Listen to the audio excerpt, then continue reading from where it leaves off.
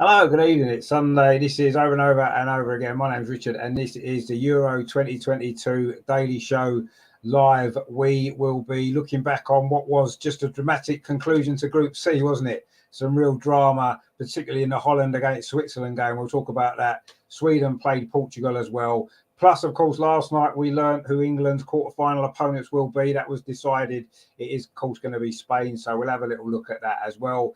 And we will also look ahead to the conclusion of the group stage, which is, of course, tomorrow when Group D finishes. There's still one place left in the quarterfinals up for grabs tomorrow night, isn't there, between Italy, Belgium and Iceland. One of those teams will join, England, Austria, Germany, Spain, Holland and Sweden and France in the quarterfinals. Who will that be? We'll find out. We'll get cracking the other side of this.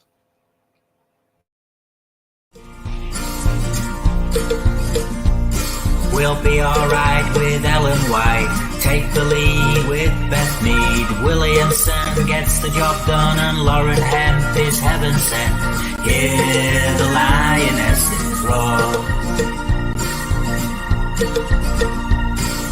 Left foot, right foot header. Left foot, right foot head. I'm supporting England cause it's left foot, right foot head.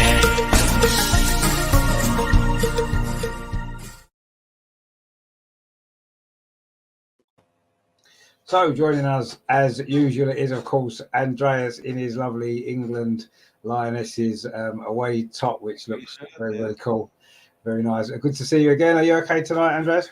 Yeah, I'm okay. Thank you. Good Just stuff. 2 exciting matches. So I think once again we have a lot to talk about. Yes, I mean, particularly, I was watching mainly the Holland-Switzerland game with Sweden, Portugal kind of in the background, but there wasn't as much interest in that. I think we all kind of expected Sweden to win that game and qualify through, which they did. So all the drama happened at Sheffield. Of course, Holland against Switzerland, which Switzerland needed to win. Holland needed a draw to guarantee getting through. And to be honest with you, that game could have gone either way, couldn't it? There was end-to-end football chances at both ends. Switzerland played pretty well at times, created some chances, could have got the win, but in the end it was Holland. Some late goals sealed that game. They won 4-1 in the end, but that certainly didn't reflect the game, did it? Because it was end to end, wasn't it, for much of that? Especially the second half was brilliant to watch. Yeah, 4-1 is ridiculous. If you haven't seen the match, you think, oh well, Holland won 4-1. It's quite clear and no problem. But it was on the edge for nearly the whole match, and one goal for Switzerland could have changed everything. In the first half, they had their chances, and in the second half, the early equalizer, and after that, this big chance for Ramona Bachmann, where Van Domselaar reacted fantastic 2 times. And there were a lot of chances on both sides, and it was exciting. And I think the Dutch will be very happy that they are through, and they will say everything went all right, but it could have been wrong for them once again. And compliments for Van Domselaar. She came in the first match. I think she had 1 or 2 caps, international caps only, and of course she's not perfect in her playing. She makes mistakes, but today she reacted fantastic and saved the winning for Netherlands. But also the Swiss goalkeeper was really good. She made 1 mistake at the end, but before she saved a lot of times the draw. So it was really interesting and exciting match. And as I said, it's fantastic to watch such a match in a very relaxed position as we were today. This will change next week on Wednesday and Thursday.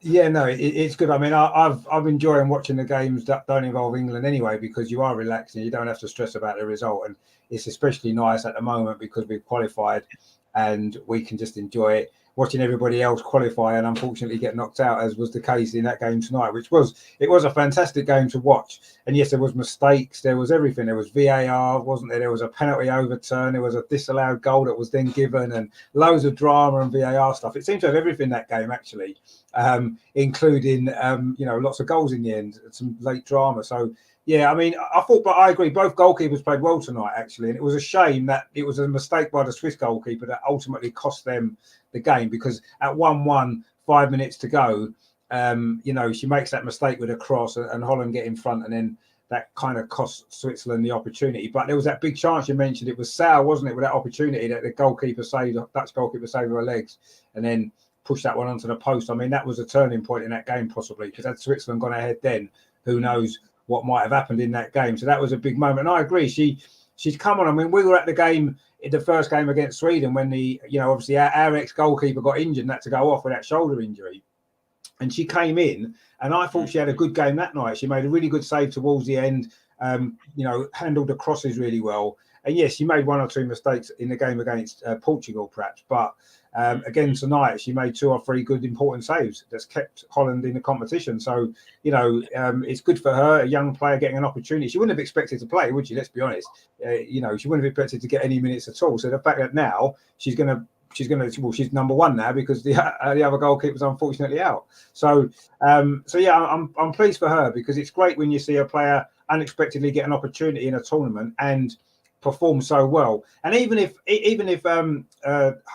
Sarri was fit, you'd have to wonder whether or not she'd automatically have got her play straight back, because of how well Daphne's been playing. So that's been great for the tournament as well. So yeah, I enjoyed that game, actually. That's 2 games in a row now I've really enjoyed watching Holland, because the 3-2 match against Portugal was a really exciting game. This was a really exciting game, and what's even better is I've got tickets for France against Holland next Saturday. So if that's anywhere near as good a game as the last 2 Holland games, then that's going to be definitely worth the trip to Rotherham to see that one next Saturday. So yeah, that was an exciting game to watch. Lots of drama. And I mean, what are you making of Holland? Because I've been disappointed in some aspects of the way that they're playing. They're great to watch. The games have been brilliant, but from a Holland perspective, they're looking, I don't know, my issue, I think, that they've got is their manager. I just don't think the players are really buying into what he's trying to do. And I feel a little bit sorry for him, because he's come into a very successful team. They're the holders, and it's like the players are not accepting him very easily. And it's a difficult situation, but ultimately they've got very good players. And if Viv's fit for the quarterfinal, which she's got nearly a week to get fit, I'm sure she will be, she's going to make a difference. But do you think that the players that Holland have got, the good players that they've got, can maybe override the issues that there is with the manager? Or do you think ultimately the issue with the manager might be what costs Holland the opportunity to go even further in the competition? We don't know what's going on in the team and with the manager, but I heard the same, that there are slight problems between team and manager, and that it doesn't work the best way. But apart from this, Netherlands, they have fantastic players in their team, and if they manage to act as a team, what we said yesterday about Austria and Norway, if these fantastic individuals act as a team, then Netherlands have every chance against France. Of course, they need Viv back. If you take the best player out, this will influence every team. And of course, Viv is the best player there. And I'm sure she will be back. I was astonished that she wasn't back today, because Jackie Gronin was tested negative. She could play again. But let's hope for Viv. And then if you see DVD, Lieke Martens, and in defense, Dominic Janssen, Stephanie van der Gracht, even Annick Nouwen, who was back after this injury, which looked more serious than it was, fortunately. So maybe they can say this was the group stage. We were lucky to qualify, but now the tournament starts anew, and it starts for us right now. So everything is possible in the match, Netherlands against France. I think France will have their problems too, with missing Katoto, and they are playing one day later than Netherlands. They have to play tomorrow. Of course, they are already qualified. They can rotate or rest players, but anyway, it's one day less of of rest time before the match. It will be terribly hot tomorrow evening, as I heard the weather forecast for England. So yeah, it's not an easy game for France against Netherlands, and I think it currently right today I couldn't say who will win this. It's totally open. It is. It is totally. I totally agree. And I know France have been one of the more impressive teams in the group stage, as we've seen in their earlier games. But as you said, they've got a new injury issue to worry about as well. And we don't know what's going to happen tomorrow in their game. There's still a lot of they've got to play that game as well. So, I mean, I think Holland have been very hit and miss in this group. I think that's obvious in their performances. But as you say, they're getting some of their better players back. Jackie was back tonight, and they certainly miss her. I say we're hoping Viv's going to be fit for next week. I'm sure she will. The game's 6 days away, and I'm sure that she'll be fine for that one, and that's going to be a big boost for them as well. And I actually, you would fancy in a knockout game, you would fancy this Dutch team with the great players that they've got. If they can really gel together as a team, then they'll have a great chance. But that's still the issue, isn't it, with the situation with the manager and whatever? We don't, as you said, we don't know, do we? Look, we've got Russ in the chat. He says, "Hey guys, hope you well." Russ, you need to let me know your address so I can send you your CD out, mate. Send us a message, and you can. I'll get that in the post to you. Terry says, "Good evening, Richard and Andreas. Hope you're all doing good." Yeah, we're doing great, mate. And Terry says, "Evening, Rush. How's my CD sound? Good, I hope." We hasn't got it yet because I haven't got his address to send it to. But we'll sort that out, I'm sure. So yeah, I mean, I'm actually really looking forward to that game on Saturday. I think it's going to be a fantastic game of football against two teams that play an open, attacking style of football. So it should be a really good game to watch. I'm hoping it's going to be.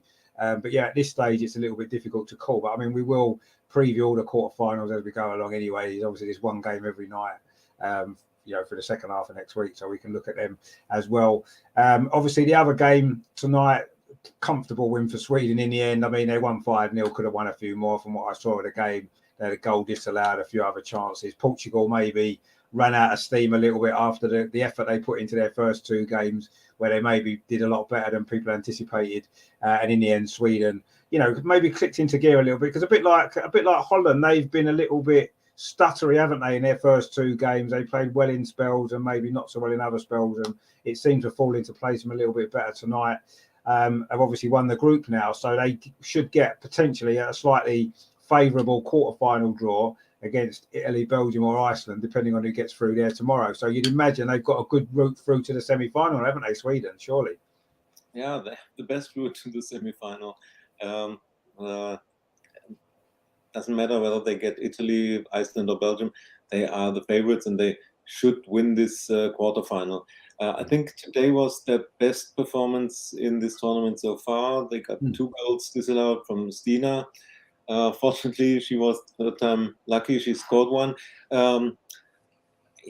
Sweden also has a lot of good individuals, and I think they are one step further than the Netherlands. They also had their problems at the start, but I think they developed and they deserve to win this group.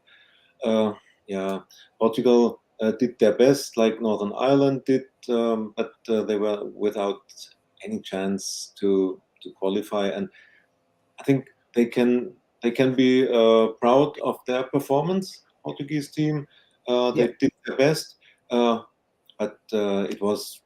All in all, it was an easy win for Sweden. I think Portugal had one real good chance. That was when Hedvig Lindahl made this mistake by corner or cross. But the winning for Sweden was never in doubt. No, it wasn't. And, I mean, when we were at the Holland-Sweden game last week, we actually said coming out we was going to be surprised if both of those two teams didn't qualify out of the group.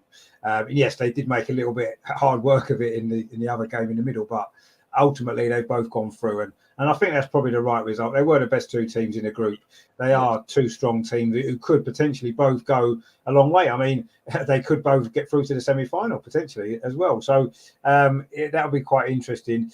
Just a little point that we discovered: the two games that we've been to was England against Austria. both qualified for the quarterfinals. We went to Holland against Sweden, and both of them qualified for the quarterfinals as well. So we maybe seem to be lucky with the teams that we've seen that they've all qualified. So, but obviously on Saturday we're at a knockout game, so one of the teams isn't going to qualify, unfortunately, for the semi-final. I'll be supporting Holland actually on Saturday. That's nothing against France particularly, other than the fact that they're France, but mainly because of Viv and all the Arsenal connections in the Dutch team. So I will be supporting Holland. So I just hope our ticket's in the Holland end, because if I'm in with the French fans, it's going to be a bit awkward. Cheering for Holland, I suppose. But anyway, I don't know what end we're in. We just got tickets, and we'll see where we are. We'll be on one of the goals anyway. So, but yeah, I'll definitely be cheering for Holland in that game. And hopefully, I mean, if Holland were to get to the semi-final, they would potentially meet Germany, wouldn't they? If Germany get through against Austria, so they're in that same side of the draw. So that, I mean, what's going to happen now is, I know we still got one more quarter-final place to decide, but I'm already really, really excited about these quarter-finals.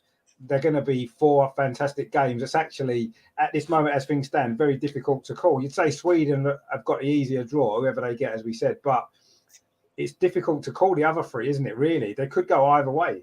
And I think it's going to be a great week for women's football, isn't it? It's going to be a great week for the tournament, because I think these games are just so much to look forward to. I mean, which I know obviously we've got our games, England and Germany are both playing, so we'll be looking forward to them. But which do you think is going to be perhaps the best game out of those potentially 4 quarterfinals?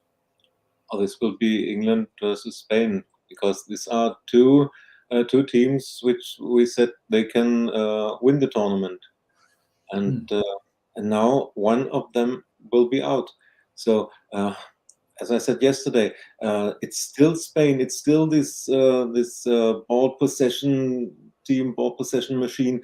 They always have 60-70% ball possession, and this hasn't changed. They lost one match against Germany, but even in this match, they were the dominant team, the dominating team. They had a lot of ball possession, 70%, and Germany was lucky to score this early goal by the mistake from Sandra Panos. So it's still Spain, and 2 weeks ago, a lot of experts, and myself too, we said Spain will be the top favorite to win this tournament. And therefore, the English team maybe was the best team in the group stage so far. So what can we have a better clash than the best team in the group stage against the top favorites before the tournament started? So for me, it's this is the game, the top game of the quarterfinals, England versus Spain, and it's totally open. It is totally open, and in a way, it's a shame in a sense that it's the first quarterfinal, because obviously, if England were to lose, and heaven forbid they do, but if England were to lose, it puts a massive downer on the rest of them, doesn't it? Because yes, England are out, and every tournament England are out, when we get knocked out, the enthusiasm drains away very quickly, doesn't it? And because this is in England as well, I think it would be even more, wouldn't it? So I'm really hoping that England do find a way to win this game and go through, because I think it would be a shame, because the other quarterfinals are going to be really great games as well. Looking forward to all of them. And I don't want to feel so disappointed because England have lost, but we understand that's a possibility because Spain are a very good team. I do feel England are good enough to win that game. And I'm not, at this moment in time, I'm fairly, I wouldn't say confident, but I'm fairly relaxed at this moment about the game. I think we're good enough to win. But I also understand that we're going to have to play well. We're going to have to be on our game. And I mean, we'll probably, because there's no games on Tuesday, I'll probably do a show on Tuesday evening, just looking ahead to that game, previewing that game and really looking at that in more detail. But yeah, I mean, it is going to be a great game. But I say all 4 quarterfinals potentially have got the prospects of being really, really top quality football, top quality games, and you know, could go either way, all of them really. I mean, I don't think Germany have got an easy task against Austria. We spoke about that yesterday.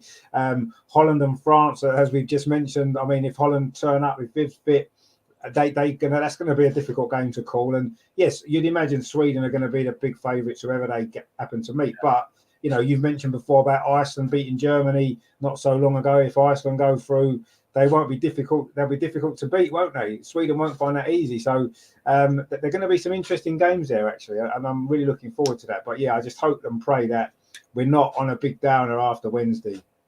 and we can still look forward to the rest of the tournament, because there is so much to look forward to, really. I mean, you mentioned obviously Stina there for Sweden. I mean, it was nice to see her finally get a goal. I thought she actually played well today. What I saw of the game, she was unlucky a few times, and I thought she played pretty well in the previous game as well. When they beat Switzerland, I thought she played well in that game. A bit unlucky not to score. She should have scored one, shouldn't she, in that game? She missed a good chance, but good to see her get off the mark. Hopefully, she might get a few more goals yet in the tournament.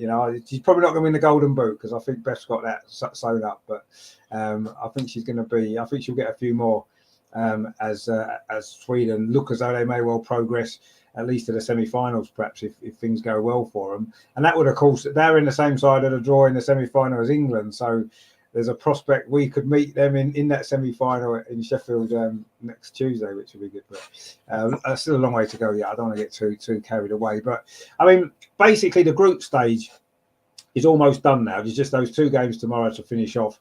And so far, I don't want to put the jinx on it, but there hasn't been a goalless draw in any of the group stage games, has there, so far? There's been, almost was yesterday. Spain scored in the last minute, and that was the closest we've had to a goalless draw. But it's been absolute delightful football that's been played, hasn't it, in pretty much all the games. I mean, I've seen nearly all the games. There's only been, obviously, the 2 that have been played at the same time. It's difficult to watch them both at the same time. But the games I've seen, which is most of them, the football has been really, really good. It's been positive. And what I've liked as well, and I noticed it more today, it's not really entered my head before, but looking back on it, what I noticed was today, when players were substituted, they came straight off the pitch.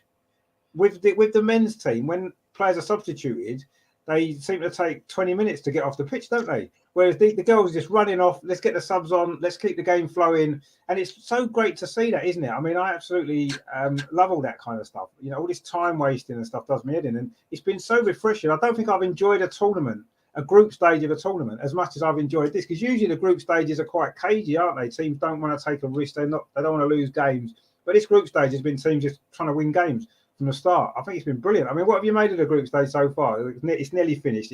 I've enjoyed it, really, really enjoyed it a lot. Yeah, it's fantastic for the women's football, this group stage, and it fulfilled all expectations, or maybe it was more than expected or better than expected.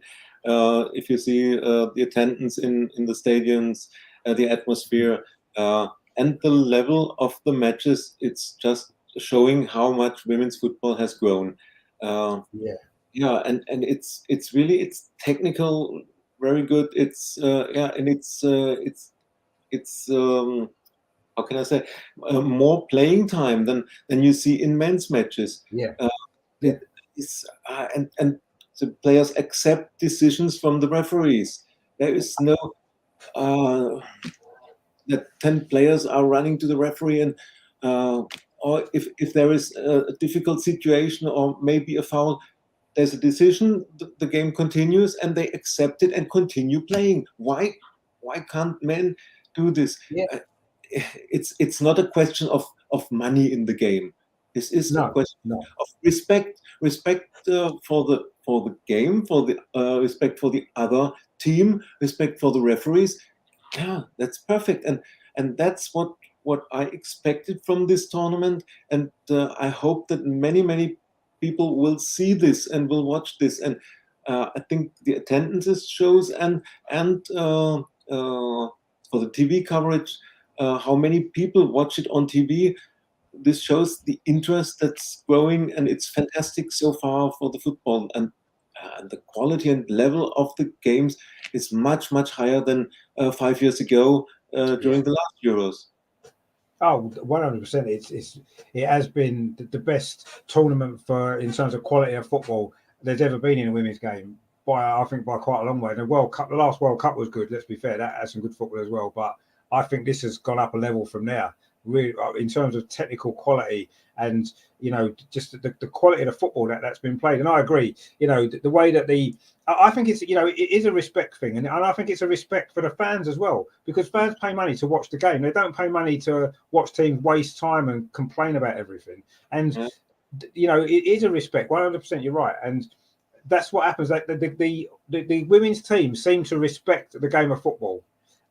everything about the game of football, rather than the men's teams don't seem to respect that at all, do they? They've lost that completely. And yeah, it isn't necessarily just about money. I think money plays a part. These are millionaires running around playing football, and I do think that plays a part in it to a certain degree, but that's not an excuse, and that isn't a reason. You know, it's maybe part of it. But you've seen that, you know, some of these women players do earn good money. Let's be honest, some of the top players in women's game do earn decent money, not nowhere near what the men earn. But yeah, it's just about literally from that respect point of view. That's exactly what it is.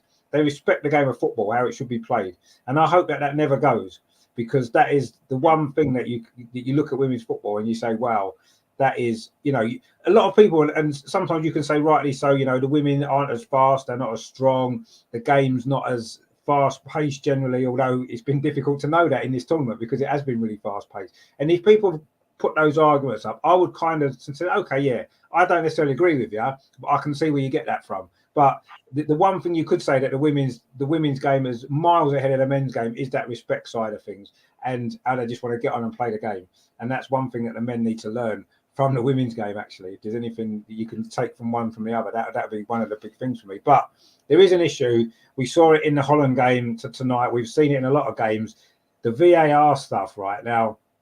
I know there was that decision in the Germany game that you was at that you mentioned against Spain. We all know that was a wrong decision. And although most of the decisions they are getting right, why is it taking them 20 minutes to reach the decision? I mean, the two today, the penalty, it was obvious from the first replay. There was no contact from the goalkeeper, right? Straight away, that's not a penalty. The offside goal, you only needed one replay or maybe two to see it came off the defender, so it's a goal. And yet for both of those decisions, they wasted 10 minutes.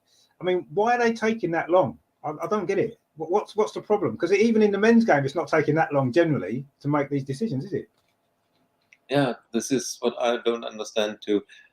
Especially this penalty situation. It was absolutely clearly no penalty. And why couldn't the VAR look at this scene, say, okay, she played the ball, it's no foul, no penalty, and say to the referee, okay, you must turn around your decision, it's no penalty. Finished, and then go on. It took 4 or 5 minutes, and then the referee went to the screen herself to see, and then took another 5 minutes. This was so. I would say the referees are okay, but the VAR situation in the group stage could have been better. To say it. Yeah, I mean, I don't know whether or not, and I haven't read all the rules. Maybe one of the rules is that if VAR are questioning a referee's decision, the referee has to go to the screen to overturn it. I don't know if that's the procedure that they're following. If it is, then fair enough. But even so, they've got to say that the referee's got to go to the screen a lot quicker. Yeah. I mean, to me, it seems obvious. You know, the referee's made a decision. She gave the penalty. We'll use that one today. She's given a penalty. VAR look at it. VAR say to the referee, there's no contact. Go and check the screen. That's all they've got to do. Referee goes to the screen straight away. Oh, yes, I see that. No penalty. Done. It's done in a minute. And if for some reason VAR took 10 minutes to tell her to go and look at the screen, and then she looked at the screen and she took another 5 minutes to decide that it wasn't a penalty, where we'd already decided it ages before because we'd seen replays of it. And I don't know why it's taking that long. If you just look at the screen, but be told, go and look at the screen straight away. And then it's done. I don't understand why it's taken. And that offside goal, that took them 5 minutes. It literally took them 5 minutes. And yes, it was quite a tricky one because did it come off the defender? Did it come off the striker? But when you saw a replay, it was fairly obvious, wasn't it, that it was a defender that had headed the ball and the goal should stand. And again, it took such a long time. And that's the frustrating thing for me. And that's starting to get on my nerves a little bit, you know, that it's taking that long. It doesn't need to take that long. That's the point, isn't it? And they need to get it sorted out. And hopefully the knockout stage, they'll look at that and review it and say, you know what, we can't be hanging around for 5 minutes to make a decision. That's a fairly simple decision to make. I mean, that penalty one was ridiculous when you look at it. You can understand why the ref gave it initially, but as soon as you see the first replay, it's like, well, the goalie hasn't touched her. And anyway, that is my one complaint, really. Terry says, to be fair, VAR refs and the linesmen have been at a really high standard. No, they have. They've got most of the decisions right. It's just the time they're taking to get to some of those decisions. That's the problem. I agree. The standard's been good. generally. I mean, the referees are getting things wrong, but VAR's there to put them right, and that's what they're doing. But it's just taking forever. Terry says, to be fair, the women's game is far better to watch to me than the men's game. Yeah, I totally agree with you. I hate all the blatant cheating in the men's game. Yeah, that's the one thing I hate, the cheating, the time wasting, all that stuff. Yeah, that's the one thing that annoys me so much. And that's one of the most refreshing things about women's football. It's always been like that. You don't get none of that stuff. Well, you get very, very little of it. Occasionally you do. Let's not say it never happens, but overall, you don't get any of that at all. And it's great and it's refreshing to see. And it makes women's football, and I agree with what you said, it's better to watch. It's a better spectacle for that reason, because you don't get all of that nonsense that you get going on with the men's game. And yeah, they just can tidy up this VAR situation, get to them decisions quicker, then brilliant. Then I'd have no complaints at all about this Euros. There'd be nothing to complain about because it's been brilliant. That's the only thing that's starting now when it's happening time and again in most games. It's starting to really annoy me now. I was screaming at the telly, "What are you doing? It's clearly not a penalty. Why are you taking this long? Just sort it out." It was really frustrating. And then, of course, the goal at the end, I'm like, oh, for God's sake, another 5 minutes. But yeah, it's getting a little bit too much now. They need to get it sorted out. But other than that, yeah, no complaints. I think the football's been brilliant. The standard of the refereeing has been fairly decent overall. And yeah, none of the cheating, none of the time wasting, none of the other nonsense that you get in the men's games. And I think, in a way, it's quite good this year that we've got the Euros now, and then we've got the Men's World Cup quite soon. It's not another year or 2 years to wait. It's quite soon, isn't it? So the contrast between the two is going to be so obvious, because the Euros won't long have finished and we're going into a World Cup, and we'll see the difference in the whole way the game's managed and played. And hopefully people start to realise actually the men's game is not as good as it can be, as it should be in comparison. And I think the contrast is going to be good this year, and it's quite handy that there is a World Cup coming up actually from that point of view. But yeah, Terry says as well, I can't wait to see you England beating the final. So you're getting too excited, Terry. You need to just chill, because be more like Serena. Serena keeps her feet on the ground and takes one game at a time and doesn't get carried away. That's what we need to do. Otherwise, we could end up becoming really disappointed, couldn't we? And I don't want that to happen, obviously. I want us to win it. But yeah, I'd rather for now try and keep my feet on the ground a little bit. And, yes, look forward to the games, hope we can win, confident that we can win, but not getting carried away yet about finals, all that kind of stuff. Because we've seen the quality of some of these teams. It's not going to be easy, is it? It's not going to be easy to win. So Group A and Group B and Group C are all decided. I mean, Andreas, there's not really been any shock teams gone through, has there, so far? As expected, really, would you say? No, the three groups, the teams that we expected qualified now, Norway. I would have expected Norway to qualify instead of Austria. This is the surprise, I think. But England, Germany, Netherlands, Sweden, this could have been Spain, this could have been expected. I was not sure whether Germany or Denmark would qualify from Group B. So I'm delighted how the German team was playing. And as I said, Norway, I still think they have the better individuals than Austria, but the Austrian team is the surprise. And Terry will be very surprised to see Austria play against Iceland in the final. Well, yeah, maybe we will. But I mean, to be honest with you, I suppose when we were predicting the groups before the tournament started, I think Norway were the team we expected to qualify from our group mainly, didn't we? I mean, I knew Austria would be difficult to beat, but we kind of expected more from Norway, didn't we? We're obviously fairly disappointed with how it's gone for them. They must be disappointed as well. I do think that we knocked the stuffing out of them for that last game, if I'm honest. I think that they were never going to recover from that 8-0 defeat, were they? And I think that, if we hadn't beaten by so many goals, then perhaps they may have been able to get the result they needed against Austria. But fair play to Austria. They've played well in the tournament, actually. They've looked solid, organised. They don't offer much of a goal for it. But I think that game against Germany is going to be difficult. Really difficult one for Germany. We'll see how that works out, and let's see what happens. But yeah, they've done well. Terry says, I watched Arsenal v Everton last night. It was a friend in America. Kicked off at like midnight or something, our time, I think it was. He said it was awful. Arsenal charging £6, and it was on TV free. Typical. Was it on TV for free? Was it? I mean, I went to bed, so I'm not really bothered actually. But obviously, I saw Arsenal 1-2-0. I knew Arsenal were charging £6. What TV was it on for free then? Was it on Sky or something? I don't know. but I'm not really sure. Did you watch that game, Andreas? I know it's would have been late kickoff. No, I didn't watch it, and I wouldn't have paid £6 for a friendly in the United States, because this is too early in the preparations, and it doesn't matter. If they show it for free and it's during a normal time, maybe I would watch half, but I wouldn't pay for such a friendly. No. No, I wouldn't. I mean, they did for the friendly last week against Nuremberg. Mm-hmm. They charged £6 for that as well, and I agree. You know, one, it's a friendly. Two, it's a friendly very, very early on in pre-season, and it's just a kickabout, isn't it? Let's be honest. And they're trying to charge £6 to watch a kickabout. No, I'm sorry, that's not for me at all. I'm pleased Arsenal won the game, obviously, and Jesus got another goal, which is good. I mean, but yeah, unfortunately, that's not something that I'd be paying £6 for.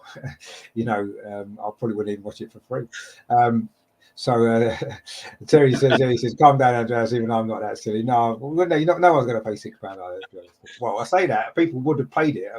I'm sure they would have done. But anyway, that's the way it is with Arsenal at the minute, isn't it? But it'll only be another 2 days until they release another 4 training kits. So we don't need to worry too much. There'll always be something that we can waste our money on if we really want to. But yeah, I mean, we will obviously, once the Euros is kind of winding down, we will focus on the new season in the Premier League, looking at all the stuff that's gone on at Arsenal over the summer. It's been quite a busy summer, isn't it? A few signings and whatever. So we will obviously look at that as well a bit later on. But for now, we'll obviously be focused on the Euros. Terry says there, Everton was showing it for free. Well, there you go. I mean, that's ridiculous, isn't it? Arsenal fans just go and watch it on the Everton website. I mean, ridiculous. I mean, what ridiculousness is that? And Arsenal played Chelsea, another friendly, don't we, in America this week. So I'm sure they'll be charging £6 for that as well. But just watch it on the Chelsea. And mind you, Chelsea will probably charge as well on their website, no doubt. But anyway, but while the Euros is on, I'm not really interested in anything else. So all those friendlies I'm not bothered. But yeah, so, but yeah, I mean, I say the women's tournament so far has been fantastic. It's been refreshing to see the football, and we've got so much more great stuff to look forward to as well, haven't we? I mean, who do you think then, Andreas, is going to get that last place then tomorrow out of Iceland, Belgium, and Italy?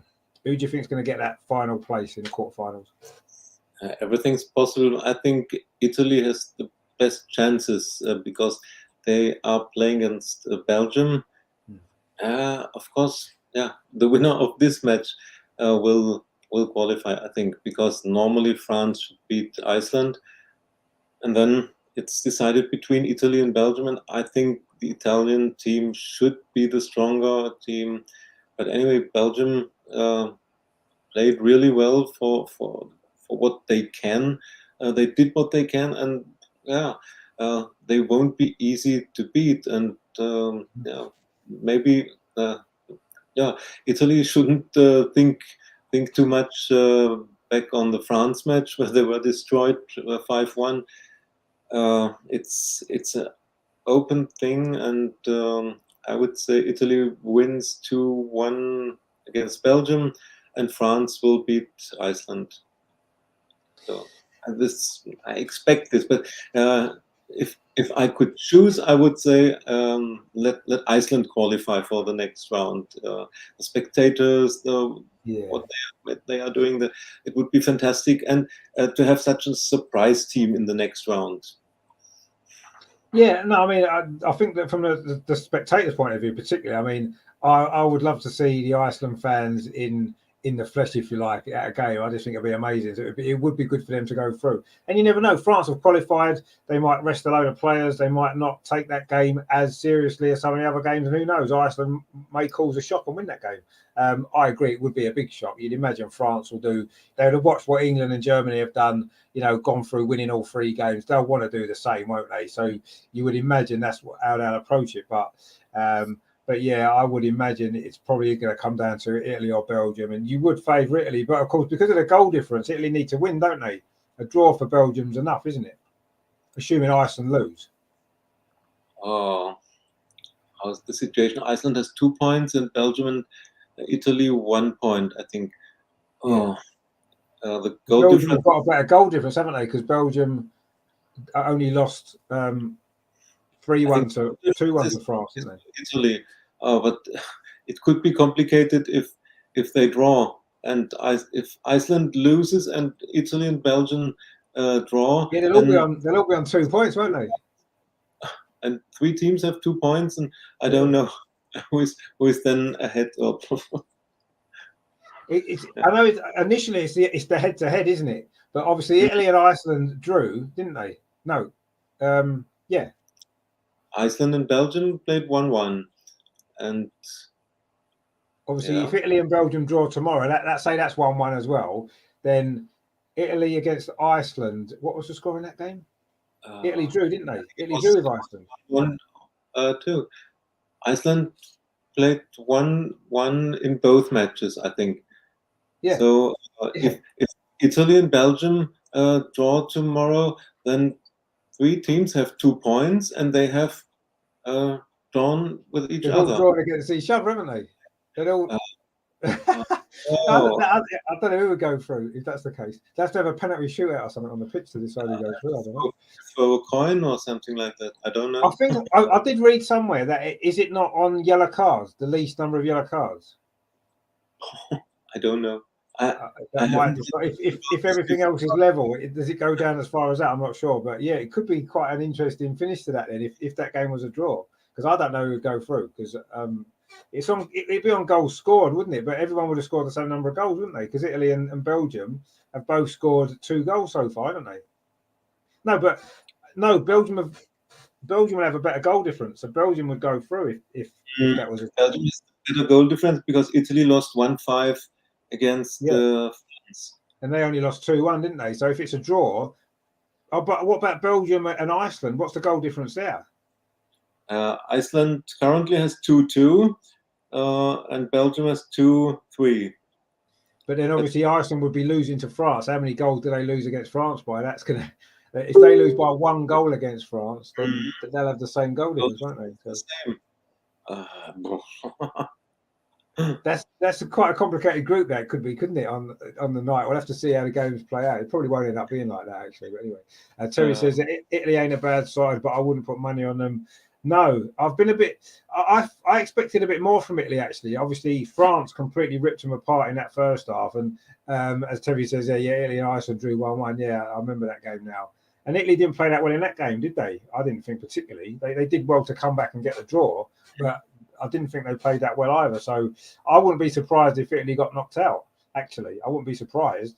But equally, it's in their hands to a certain degree if they win that game. So it's going to be an interesting night tomorrow, though, isn't it? I think, and then to find out that final place, and we'll see who it is. But yeah, it's looking between Italy and Belgium, I guess, because I think Iceland will probably lose to France, and then it's just who wins that game, Italy and Belgium. That'd be an interesting game to watch that. So we'll see how that works out. But yeah, that's going to be good fun for tomorrow night anyway, to finally get the quarter-final lineup and see exactly where we are with it. But it is going to be good. Terry says the Belgians have scored 4. Have they? Have they scored 4? 2. They've only played 2 games, and they lost one of them. They lost one of them 2-1, didn't they, to France? Mm-hmm. And they only drew with Iceland 1-0, didn't they? They must have only scored 2. Yes, they only scored 2. Yeah, maybe tomorrow evening they have scored 4. Well, maybe. Perhaps they will. Perhaps they'll score 4 tomorrow. Maybe Terry's got a premonition that they're going to score 4 goals tomorrow. Maybe we'll see. But yeah, I mean that's obviously going to be quite an exciting evening, isn't it? A lot's going on there. We'll be keeping an eye on that as well. That's going to be good. And then that will conclude, I say, the group stage, and we get a day off on Tuesday to recover our breath and have a little rest before obviously Wednesday, which is going to be obviously a tense night and hopefully an exciting night as well, and a fantastic night of a bit of luck if the game goes our way. Have we heard any more COVID cases in England or anything that you've heard of, Andreas? I've not heard anything today. Have you? No. Today I haven't heard anything about positive tests. I hope there won't be any for no team, because we want to see the best players on the pitch in every team, and I don't want my teams to qualify because the opponent has 5 or 6 positive COVID tests. I don't want that. No more positive tests, please. Let the best players be on the pitch and let's see fantastic football. And then the best teams may qualify for the quarterfinals, and of course, I hope that England and Germany are among the best teams and will qualify for the semifinals. I hope this. But above all, let's see fantastic football. This is what this tournament is about so far, and I hope it will continue this way. Yeah, I mean, that's what we want, obviously. Like you said, we don't want it to be decided by outside influences, really. That we want it to be decided by the players on the pitch, the best players on the pitch fighting it out for that place in the semi-final. And yeah, it's going to be good. I've not heard any other news from England regarding that. Let's hope that isn't the case, because the last thing that anybody needs now is to lose one or two of the top players. As Holland have had to do 2 games we've missed now. It's just terrible, isn't it, really? But let's hope that she's rested and she's back fit for next week's game, and she can, maybe having that little rest might actually help her for the rest of the tournament. Maybe she may be flying and, looking to make up for lost time perhaps, and, maybe bang a couple of goals in next Saturday against France would be nice, but we'll see. We'll see what happens there. So yeah, I mean, lots and lots going on today in the tournament. I'll say that there was quite a dramatic finish to Group C, which I quite enjoyed.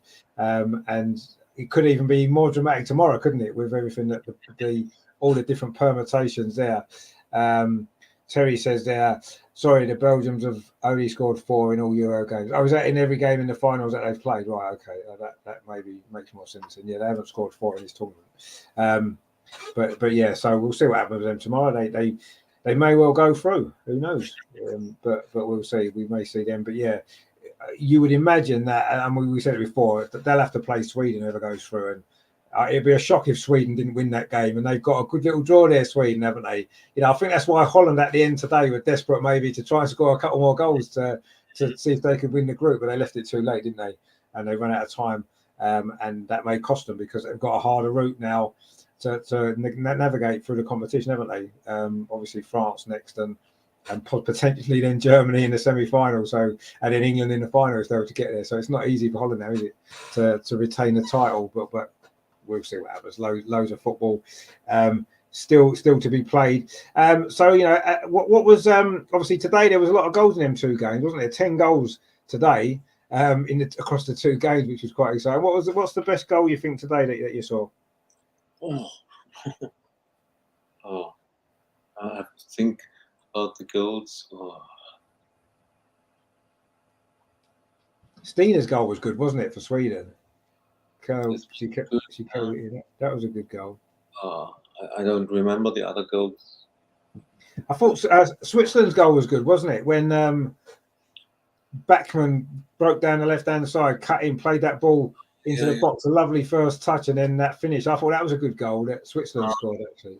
This was most of this goal was for Ramona Bachmann. It was. Yeah. Well, Sweden scored after corners or free kicks. So yeah, a lot of Sweden's goals were set pieces, weren't they? Stina's goal was good though. She curled it in, didn't she, from edge of the box? That was a nice goal as well, actually. And one of them Holland goals at the end was quite good as well, I thought. A nice little move and a good finish. But yeah, there was a lot of goals today, which was good. And but did you know who got player of the match in the Holland game? Was it the Holland goalkeeper? Do you know if she got player of the match?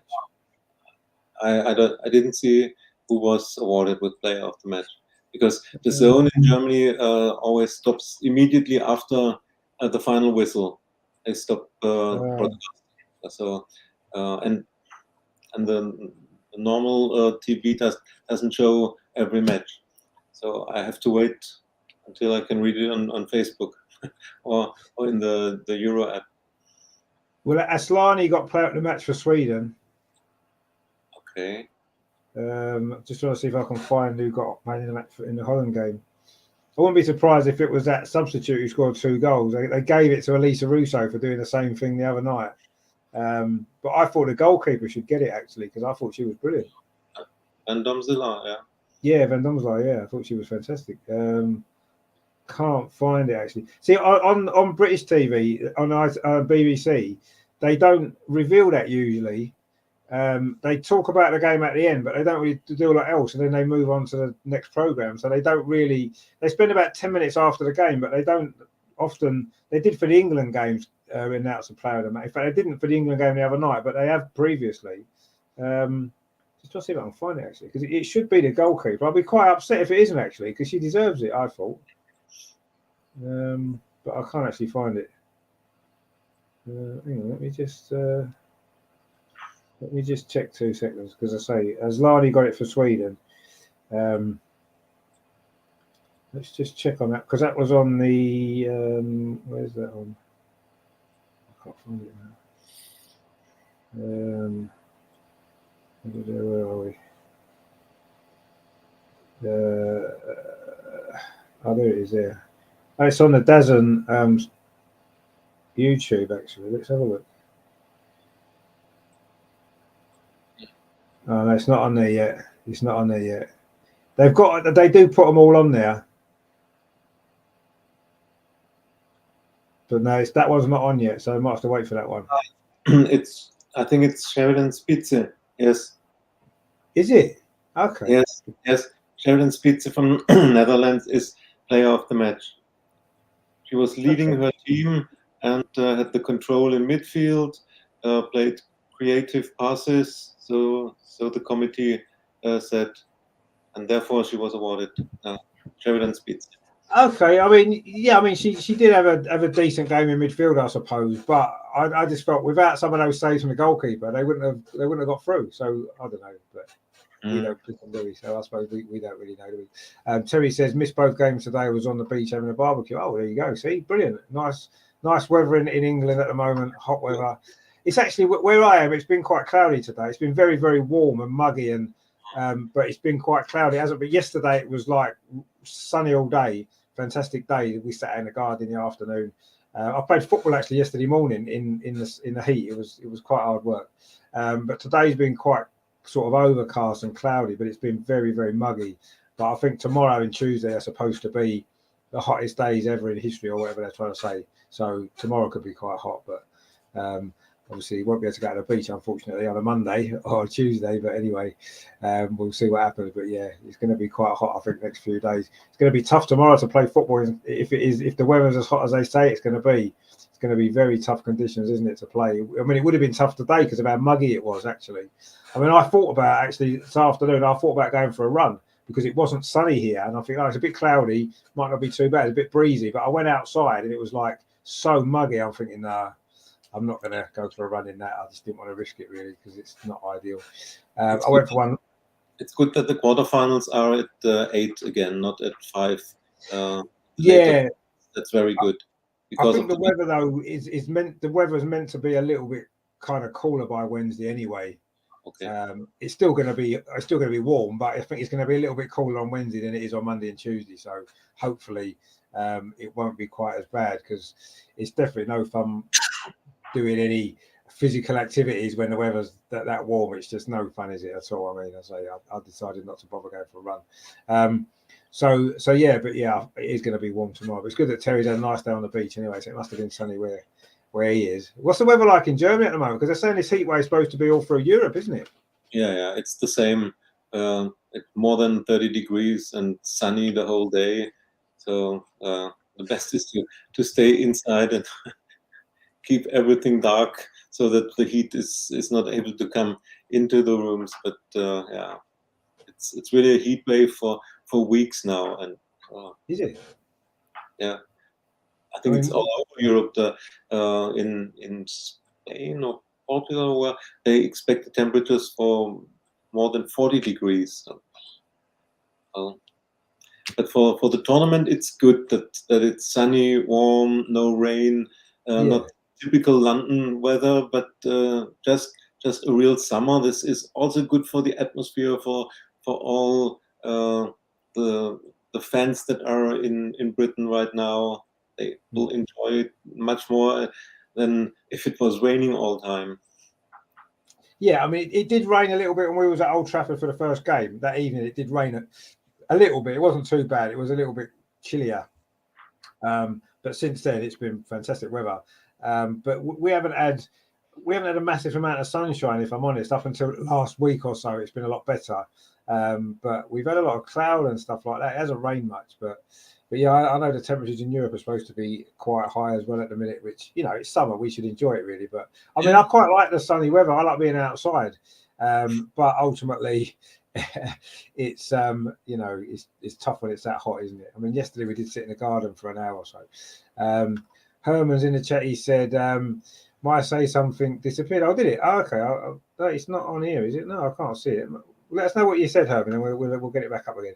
So he says Herne Bay, Kent Beach is about 30 yards. Oh, Herne Bay, I know Herne Bay really well. I used to live in Essex, but we used to go down to the Kent coast quite a lot in the summer and stuff like that. So yeah, I know the area, Herne Bay. It's a lovely little part of the world.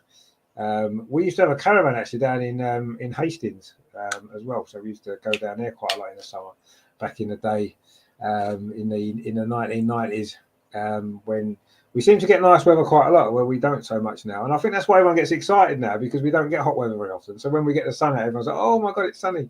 But I actually quite enjoy it. I like the sunny weather. So I kind of like being outside. But yesterday it was a little bit too much. I think I played football in the morning and we came home and sat in the garden for about an hour or so. And then I'm like, I've had enough now. I think that's enough. And then came in and watched the football. So that was quite good. But yeah, today it's been cloudy, so I've not been able to sit outside.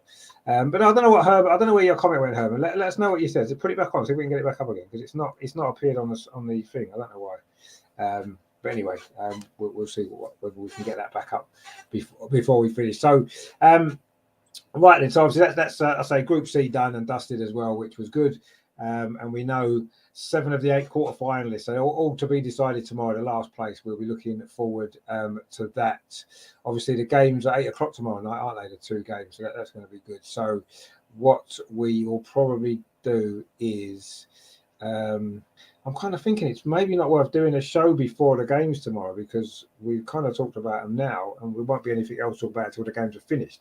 But then it's going to be too late. So maybe what we might do actually is maybe have a night off tomorrow, and then come back on Tuesday with a look back on the final Group D quarterfinal place, and also obviously mainly look ahead to the England game on and the Germany game on Wednesday, because obviously Wednesday night will be focused on the England game. We probably won't have time for anything else.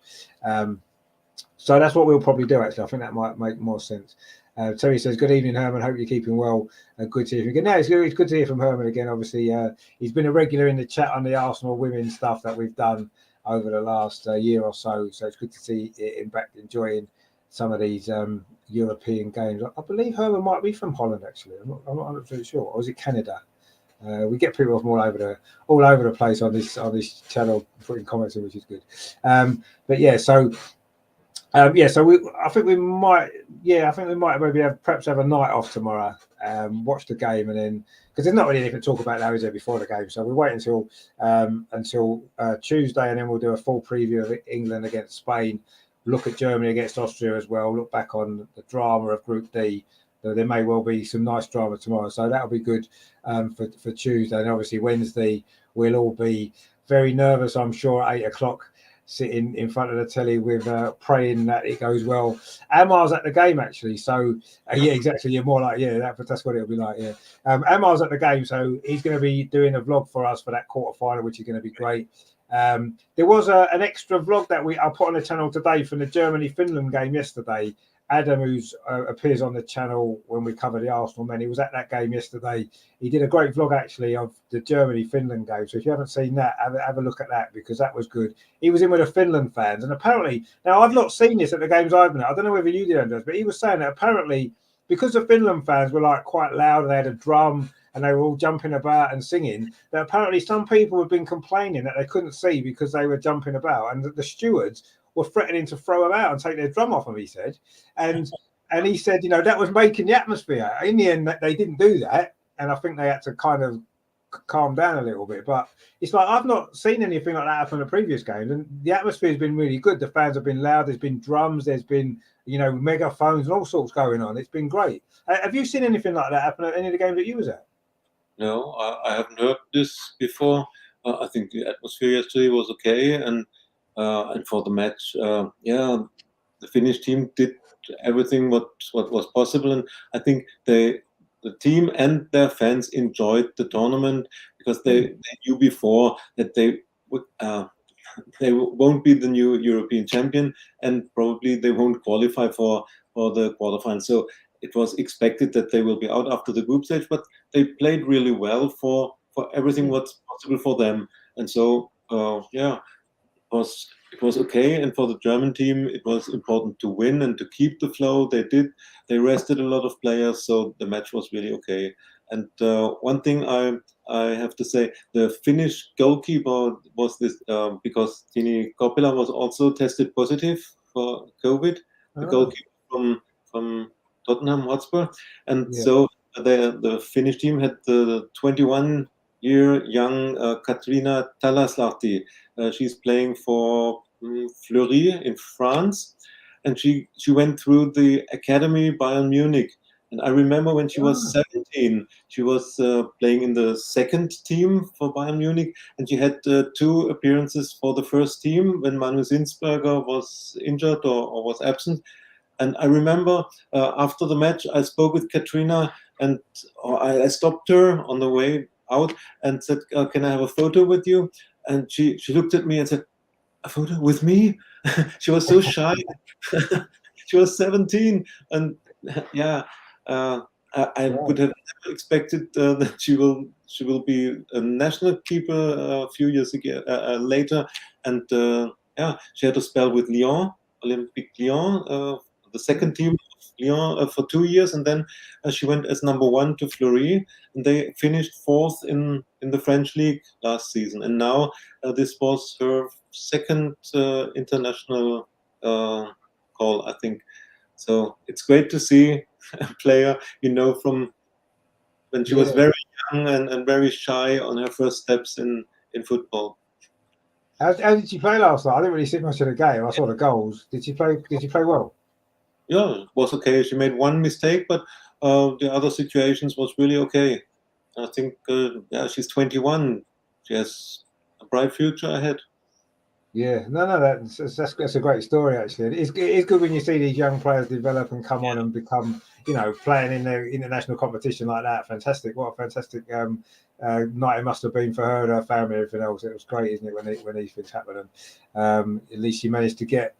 See, I know the COVID situation is bad and we don't like it, and it's bad when players have to miss games, but when it gives opportunities to young players like that to come in and play a tournament, I suppose you have to maybe appreciate that that's happened as well. And she's got her opportunity to play against Germany as well, one of the best teams. So a great night for her, I'm sure. And like you said, I'm sure she's going to have a bright future. But the Tottenham goalkeeper, she's good, isn't she? So she's going to be difficult to dismount from that position because she's a very good goalkeeper, isn't she? I think we've seen how good she is. But Tini Kopila is already 36, the Tottenham goalkeeper, so she won't play for so long. And if Katrina does a good job in France, then she has the chance to develop as number 1 for Finland. A great chance for her.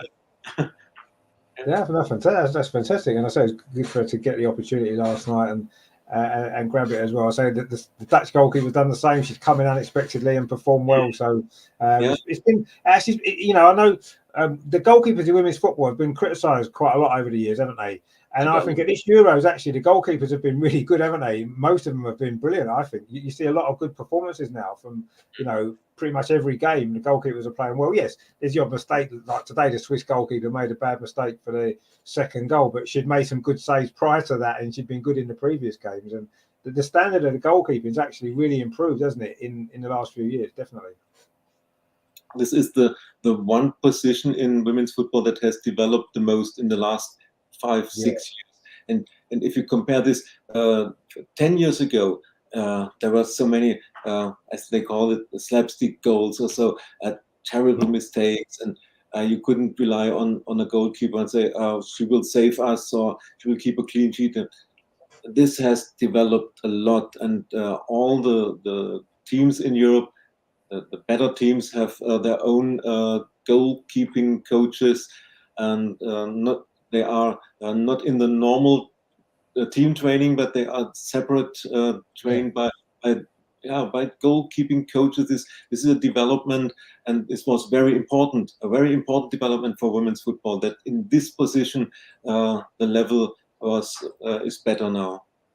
Yeah, no, that has been a big improvement. Yeah, and I think that you're right. That's one of the reasons why it's improved so much is because now they've got specialist goalkeeping coaches and that kind of stuff they've brought into the women's game, and you can see the difference that it's made. And the goalkeepers have been fantastic in this tournament. Actually, most of them I've seen have been really good, and that is a big improvement, which has really helped the game. Terry says there, it's great that the girls haven't got too big for their boots. It's great to see. No, they haven't done, and let's hope that continues even when more money starts coming into the game. Let's hope that they still keep grounded in the way that they always have been. I'm sure that they will. I'm sure the current group of players will, definitely. Whether the future generations, that's what we've got to worry about when, they start. I mean, if you bear in mind, I mean, if you go back some years, the men's players were very similar, weren't they? They would chat to the fans. You could meet them outside the ground after games and chat to them and have, they'd sign stuff for you. And now it's quite difficult to get anywhere near the men's players, isn't it? Because they're so well protected and they live a completely separate life to reality. And I'm hoping that doesn't happen with women's football. But I've got a feeling as more and more money starts coming in, it's going to end up going down a similar route, unfortunately. And maybe in 10 years' time, we won't be. I'm not saying that the girls will get too big for their boots necessarily, but I just think they'll move into a different kind of lifestyle to where they are now. And I think it might, as it has with the men's game over the years. I'm hoping it doesn't, but I'm a little bit worried that it might do. And we might lose that connection a little bit with the players that we've got, which would be a shame because that's one of the great things about women's football, isn't it? That extra connection that you have with them. You almost you feel like you know them, don't you? I mean, even I'm watching the Euros, watching games on the telly, and you see an Arsenal player, even a player that's playing in the WSL, not necessarily even for Arsenal, and you feel like you know them because you've seen them play, you've maybe chatted to them after a game, or you had a photo done with them, or whatever it is. So you feel like you know them, don't you? And there they are playing in the Euros for Holland or for Switzerland or whatever it might be, and it's great, really. But whereas when you watch the men's game, you don't have that connection with the players really anymore, and it's a shame. And I hope we don't lose it because it is great. But we'll see what happens. I just worry that it might end up eventually going down that route, and it would be a shame because, but it won't be this current generation. It may not even be the next generation of players, but it may be maybe a generation after that, perhaps, when it gets to that same level of investment and wages and money and everything else. Because unfortunately, money tends to ruin most things, doesn't it, in the end? But you need it as well. It's a difficult one, isn't it, to get the balance right between giving it the right investment, the right levels of everything without losing that personal touch that you get with a women's game, I suppose. But I don't know.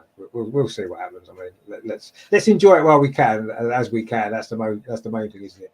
Let's enjoy it and the situation how it is now, and all the other things we can't influence them, and we have to take it as it is. But no, enjoy the game right now, the tournament now, and the next season. I'm looking forward to, and it will develop, but this familiar atmosphere won't change in the next years. No. I mean, I'm really looking forward now to the next 4, 5, 6 years in women's football because I think it's gonna grow a lot bigger. I think the support's going to grow, and I think that the next 5 or 6 years are going to be like the best time for women's football that there'll be. And then I think after that, it may be 10 years, but it's going to get to a point where it may start to go down the men's route, because I think the men's game kind of reached its peak in the 90s, didn't it? After about the first 5, 6, 10 years of the Premier League, and then it started to go wrong. And I think the women's game may well follow a similar path. So I think we've got at least 5 or 6 years coming up, which we really need to enjoy and embrace, because it's going to be fantastic. And let's hope it doesn't change. But if it does, like you said, we can't influence that. We just have to go along with it. But yeah, I certainly feel we've got a good few years yet to really enjoy the development of women's football and the progression of it. And you know, it's going to seem weird maybe for people that's maybe experienced it before to experiencing it over the next few years as it really grows. But it's going to be great to be on that journey, isn't it? And I'm looking forward to it, actually. And I think next season in particular, this coming season in the WSL is going to be fantastic. I think the momentum from this tournament, even if England don't end up winning it, which hopefully they get to the final at least, but even if they don't, I still think the momentum from this tournament is going to go into the new season, isn't it, for women's football in this country? Do you feel that it will? That the sort of the legacy of this tournament is going to be long lasting, isn't it? It should be. Yes, it will last into the next season. I'm absolutely sure. especially in England. And I'm sure that the clubs will use this to play more and more matches in the bigger stadiums, and the attendances will be higher than it was before the Euros, I'm sure.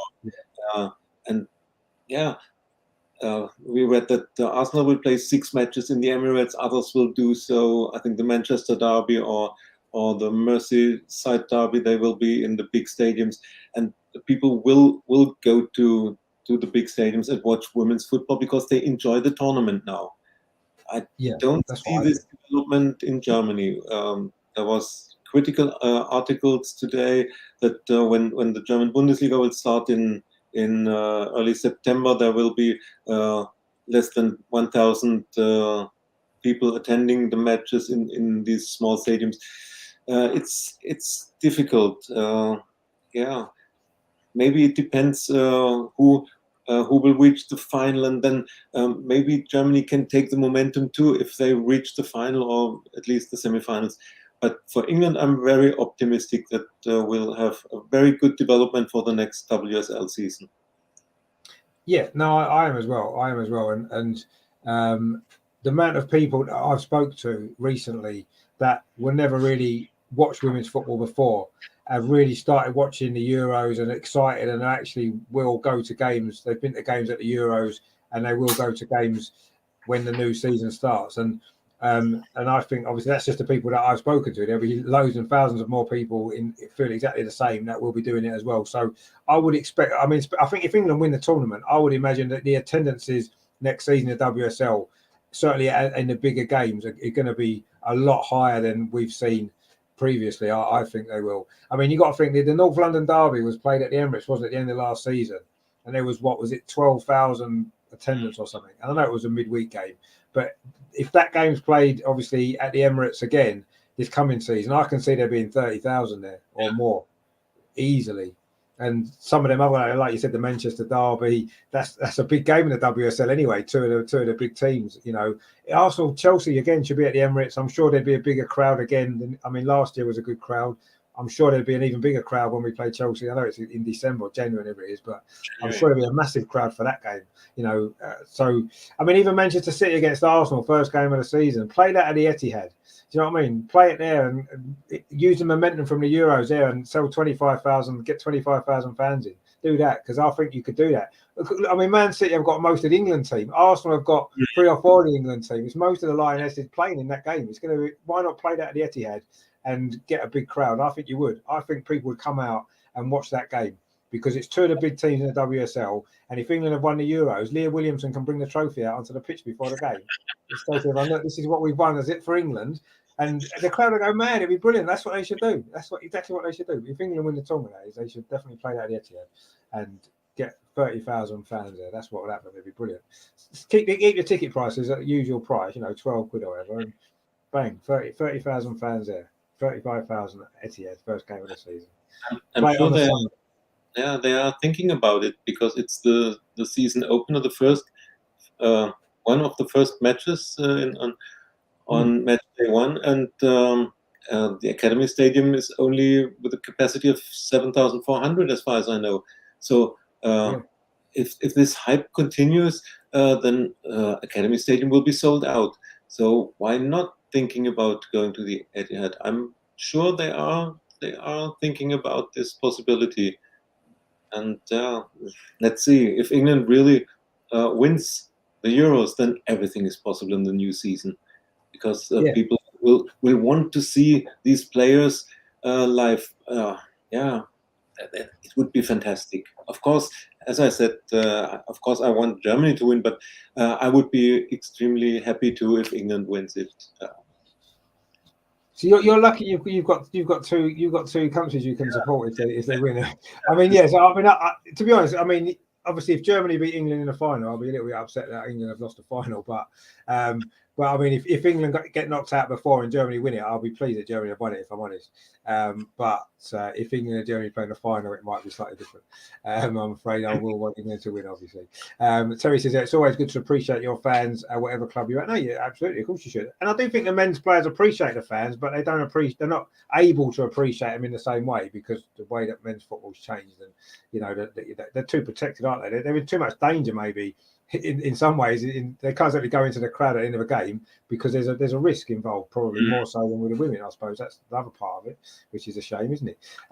Terry says, Richard didn't sound very convincing that England won't win it. I've already had photos of Leah Williamson holding the trophy above her head and Beth holding the golden. But well, yeah, I mean, I'm saying Leah's going to come out of the Etihad first game of the season with the trophy to show everyone. So you know, I'm thinking that we could win it, but I don't want to get overexcited yet because the disappointment will be more, won't it? If it so happens that there are disappointment. Terry says, yeah, I totally agree with you. Yeah, well, exactly, yeah. So that's what we need to do. But no, I mean, I do hope that the momentum takes us into that new season. That would be fun. I mean, what they should do actually is, if that's the case, play that game on the Friday night at the Etihad to start the new season. Do it on the Friday night, live on telly at the Etihad, massive crowd, bring the trophy out, do it all properly. It'd be brilliant. That's what they should do. In fact, I should be running the WSL for them. I'll tell them exactly how to run it properly and we'd get somewhere. But that's what I would do. I'll play that game at the Etihad on the Friday and kick off the season in front of the TV. You know, the Arsenal-Chelsea game was on a Friday night and got a big audience. People, you know, everyone watched it, didn't they? Because it was a big game. And they could use that in a similar way, just play at a big stadium and get a big crowd there and kick off the season in style, because why not? That's what I would do personally, but anyway. So that's it for another night of great Euros actions. It was a great night actually. Well, afternoon, some great football today. Holland, the Holland game was really enjoyable. So Holland and Sweden have qualified from Group C as kind of expected, and they join England, Austria, Germany, Spain, and France in the quarterfinals. The final place will be decided, of course, tomorrow between Iceland, Belgium, and Italy. One of those three will make up the final 8 in the tournament, and the knockout stage kicks off on Wednesday, of course, at Brighton with England against Spain. What a way to start the knockout stage. And Amar's there for us to do a vlog, which will be even better. So all that's coming on ourselves. So I'll say we'll have a night off tomorrow just to, you know, put our feet up. It's going to be hot tomorrow anyway, so we might be too hot to do a show anyway. So we'll have a night off tomorrow, and we'll be back on Tuesday with a full review of the England versus Spain game, the England versus Spain game.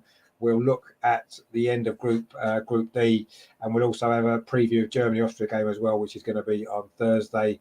And then, of course, on Wednesday, we'll be doing a watch-along of the England game against Spain. A very tense night that's going to be, very nervy, but hopefully very exciting as well. So loads of great stuff on the channel. Don't forget to check out that vlog today from the Finland-Germany game that Adam did for us. Really good stuff that is as well. He was in the Finland then with all the Finland fans going mad. So that's pretty funny. So definitely watch that because it was good. And obviously we'll have Amar's vlog for the Spain game going on as well. Probably on the Thursday after that, and there's loads of great stuff coming up, loads of great coverage of the tournament that we've been doing. I've seen other channels, you know, they're doing shows about the transfer market, they're doing shows about the friendly games Arsenal been playing. If that's for you, fair enough, you go and watch them, brilliant. But if you want to get away from all of that nonsense for a few weeks in the summer, just stay with us and we'll just talk about the Euros instead and all the great stuff that's happening there. And we'll worry about the transfer window in the Premier League, you know, in August once all this is over. There's another couple of weeks to go, so we're going to enjoy it while we can because it won't be with us much longer. And then we've got a long way. We've got like a month wait, haven't we, until the WSL season starts after, which is it's going to be a long wait, isn't it, till that. Well, we've got the Champions League qualifier, haven't we, coming up actually in August. Yeah, but these are the first round qualifiers, these tournaments. I think there's only Man City involved from the WSL. Our Champions League playoffs are 1 week after the first match. It's the first leg of this playoffs. Is it? Oh, of course it is. Yeah, it's once the season started, isn't it? Yeah, you're right. Yeah. Yeah. So in August, it's only Man City involved, but of course, it would be good if they go through. But they have again Real Madrid in their tournament of the first round, like last year when they went out against Real Madrid. Yeah, that's right. hopefully we get a nice draw. The playoffs and let's see. Yeah, hopefully we get a good draw and we can get through and get into the group stage, because that would be a disaster if we didn't, wouldn't it? Really, to be fair, but let's see what happens. It's we'll have to wait and see who we get. But yeah, that will be once the season's up and running. So yeah, we'll have to we'll focus more on the Premier League once this tournament's over. Anyway, Terry says, "Come on, Andreas. There's no such thing as fairy tales. Germany beating us in the final.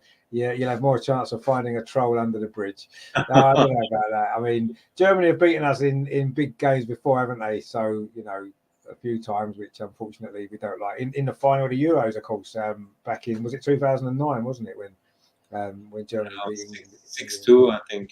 Yeah, it was. Yeah, we don't want to talk about that though, really, do we? not yet, anyway. Terry says, "Great show again, Richard and Andreas. Take care.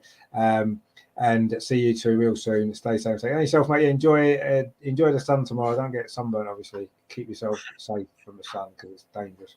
And yeah, we'll be back on Tuesday at 7 o'clock. We'll come back at 7 o'clock, I think, on Tuesday, and we'll do the full preview of the first two quarterfinals, and obviously look at who qualified from Group D. And yeah, we can look forward then to the England game on Wednesday. Can't wait for it, but at the same time, I'm nervous for it a little bit. But I'm sure it'll be a good game. We'll enjoy it. But anyway, Andreas, thank you very much for joining us again. Have you enjoyed our little chat about the Euros again? Yeah, it's always a pleasure for me to be in the show and to talk about the women's football. Yeah, I enjoyed it as every time. Fantastic. Always good to have you on. And hopefully, we look forward to Tuesday. We'll speak then about the big games coming up this week. It's a big week actually in the Euros, isn't it? The first knockout stage coming up, but it's going to be exciting. It's going to be great. Actually, we're looking forward to it. So please stay with us and join us for all the action and all the fun and all the drama and all the emotion that is going to bring with it as well. I'm sure it's going to be a good week, actually, of good football. But let's hope we get the results that we want. We'll be praying and hoping that we do, and we can enjoy. I can enjoy the semi-final at Sheffield watching England play rather than watching Spain, which I don't really want. So anyway, we'll see what happens. There's a long way to go, but we look forward to it all. So thanks for joining us. Thanks to Andreas. Thanks to all you guys in the chat. Don't forget to like, share, and subscribe, of course, as always. And don't forget Russ as well if you're still in. And don't forget to send me your address as well, and I'll get that CD out to you. And in the meantime, of course, we'll see you Tuesday at 7 o'clock. Stay safe from the sun. Wear sun cream. Wear a hat. Stay in the shade, or sit out in the sun for 5 minutes before you. Yeah, enjoy the sun where you can, because it won't last very, very long, probably. Terry says, yeah, let's hope our girls stay fit and COVID. Yeah, exactly. Let's hope they do. Let's hope everybody does, let's be honest, and that would be good. And we'll see you all on Tuesday. Take it easy, guys. And as always, of course, come on, you Lionesses. Let's do it. Euro 22. It is coming home. See you later, guys.